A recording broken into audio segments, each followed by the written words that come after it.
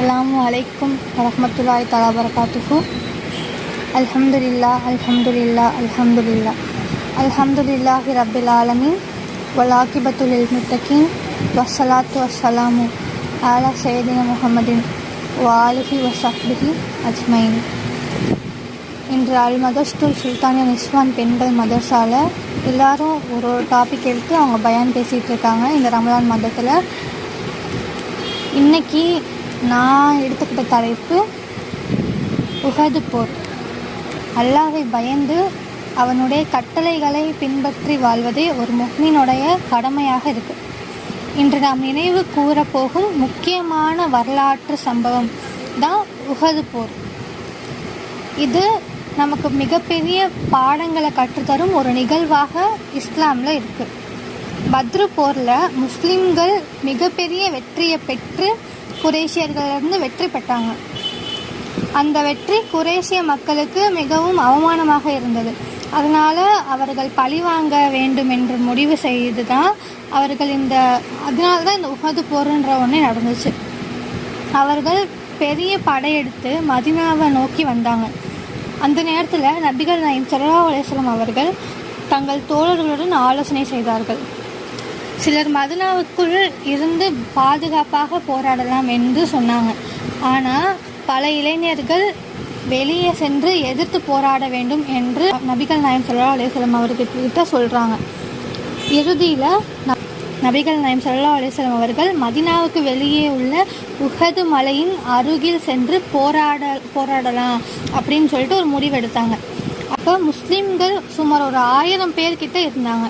ஆனால் அந்த வழியில் முனாஃபிக்களின் தலைவர் அப்துல்லா இப்னு உபை 300 பேருடன் திரும்பி போனாங்க. அதனால் முஸ்லீம்கள் 700 பேராக இந்த போரில் ஈடுபட்டாங்க. ஆனால் குறைஷ் படை 3000 பேராக இருந்தாங்க. போர் தொடங்குவதற்கு முன்பு நபிகள் நாயகம் ஸல்லல்லாஹு அலைஹி வஸல்லம் அவர்கள் மிக முக்கியமான ஒரு ஏற்பாட்டை செய்து வச்சாங்க. அது என்னன்னா, உஹது மலைக்கு அருகில் ஒரு சிறிய மலை இருக்குது. அதில் ஒரு 50 அம்பு எய்தும் வீரர்களை அங்கே நியமித்து நீங்கள் இங்கே இருங்க, நீங்கள் இங்கேருந்து இடம் மாறாதீங்க அப்படின்னு சொல்லிட்டு கிளம்புறாங்க.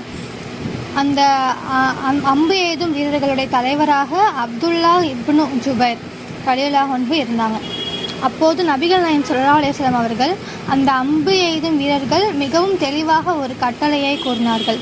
நாங்கள் வெற்றி பெற்றாலும் நீங்கள் உங்கள் இடத்தை விட்டு இறங்கக்கூடாது, நாங்கள் தோல்வி அடைந்தாலும் நீங்கள் உங்கள் இடத்தை விட்டு இறங்கக்கூடாது என்று நபிகள் நாயகம் திரும்ப அதை சொல்லிட்டு தான் போனாங்க. அதாவது எந்த சூழ்நிலையிலையும் இந்த இடத்தை விட்டு செல்லக்கூடாது என்று ஒரு கட்டளை இட்டுட்டு தான் போனாங்க. போர் ஆரம்பமானது. ஆரம்பத்தில் முஸ்லீம்கள் மிகவும் வீரத்துடன் போராடினாங்க. அல்லாஹ்வின் உதவியால் குறைஷ் படை பின்னால் ஓட ஆரம்பித்தது. அவர்கள் தோல்வி அடைந்தது போல தெரிஞ்சிச்சு. அதனால அந்த நேரத்தில் சில அம்பு எய்தும் வீரர்கள் கீழே பார்த்து போர் முடிஞ்சிருச்சு, அதனால அங்கே இருக்கிற பொருட்களை எடுத்துக்கலாம் அப்படின்னு சொல்லிட்டு அவங்க சில பேர் இறங்குனாங்க. அவர்கள் போர் முடிந்து விட்டது, நாமும் கீழே போய் எடுக்கலாம் அப்படின்றதுக்காக அவங்க கீழே இறங்கிட்டாங்க. அவர்களின் தலைவர் அப்துல்லா இப்னு ஜுபைர் ரலியல்லாஹு அன்ஹு அவர்கள் சொல்கிறாங்க, நபிகள் நாயகம் ஸல்லல்லாஹு அலைஹி வஸல்லம் அவர்கள் இந்த இடத்தை விட்டு போகக்கூடாது என்று கட்டளையிட்டிருக்காங்க, நம்ம எப்படி போக முடியும் அப்படின்னு சொல்கிறாங்க. ஆனால் பலர் அதை கேட்கவே இல்லை. அவர்கள் கீழே இறங்கி விட்டார்கள். சிலர் மட்டும் அங்கேயே இருந்தாங்க. அந்த நேரத்தில் குறைஷிய படையோடைய ஒரு வீரர் இருந்தாங்க. அவர் பெயர் காலித் இப்னு வலீத். அவர் மிகவும் திறமையான போர் வீரராக அப்போ இருந்தாங்க. அவர் அந்த இடம் காலியாக இருக்குது அப்படின்றத பார்த்துட்டு உடனே தனது படையை கூப்பிட்டுக்கிட்டு அந்த மலையின் பின்புறமாக தாக்கினாங்க. அந்த தாக்குதல் முஸ்லிம்களுக்கு எதிர்பாராத ஒன்றாக இருந்தது. முன்புறமும் பின்புறமும் தாக்கப்பட்டதால் முஸ்லிம்களுக்கு மிகப்பெரிய சிரமம் ஏற்பட்டது.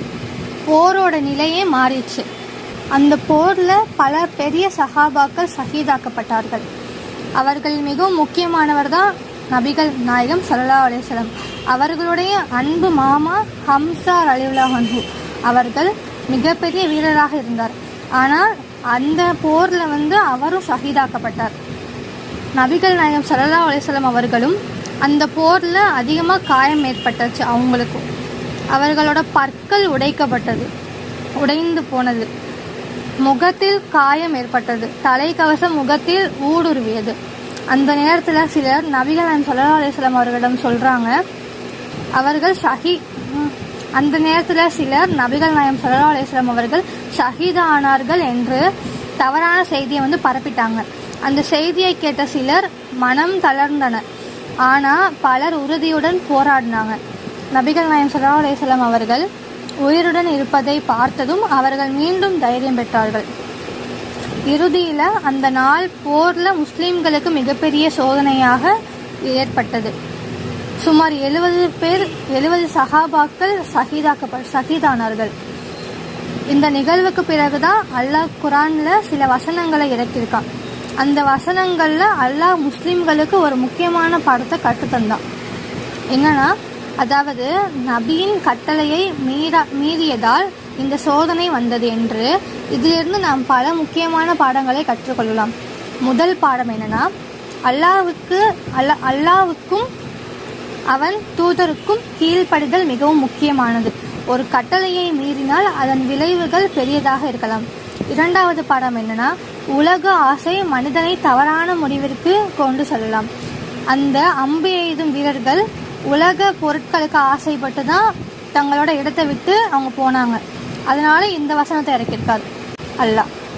மூன்றாவது பாடம் என்னன்னா, சோதனைகள் முக்மீன்களுடைய ஈமான் உறுதியை சோதிக்கிறதுக்காக தான் அல்லாஹ் வச்சிருக்கான். நான்காவது பாடம், நபிகள் நாயகம் ஸல்லல்லாஹு அலைஹி வஸல்லம் அவர்கள் மிகவும் பொறுமையானவர்களாக இருந்தார்கள். அவர்கள் காயமடைந்த போதும் தங்கள் மக்களுக்கு எதிராக சாபம் சொல்லவில்லை. மாறாக அல்லாஹ்வே என் மக்களை மன்னி, அவர்கள் அறியாமல் செய்கிறார்கள் என்று துவா செய்தார்கள். இந்த உஹது போர் நமக்கு ஒரு பெரிய நினைவூட்டலாக இருக்கு. அல்லாஹ்வின் கட்டளைகளையும் பின்பற்றினால் வெற்றி கிடைக்கும், கட்டளையை மீறினால் சோதனைகளே வரும். நாம் நபிகள் நாயகம் ஸல்லல்லாஹு அலைஹி வஸல்லம் அவர்களின் வாழ்க்கையை பின்பற்றி அவர்களின் வழியில் நடந்தால் அல்லாஹ் நமக்கு இந்த உலகிலும் மறுமையிலும் வெற்றி கொடுப்பான். அல்லாஹ் நம்மை அந்த நல்ல வழியில் நடத்துவானாக. ஆமீன். சுப்ஹானக்க அல்லாஹும்ம வபிஹம்திஹி அஸ்ஹது அன் லா இலாஹ இல்லா அன்த அஸ்தக்ஃபிருக்க வ அதூபு இலைக்க. ரப்பனா தகப்பல் மின்னா இன்னக்க அன்த ஸமீயுல் அலீம் வ தூபு அலைனா இன்னக்க அன்த தவ்வாபுர் ரஹீம். ஆமீன்.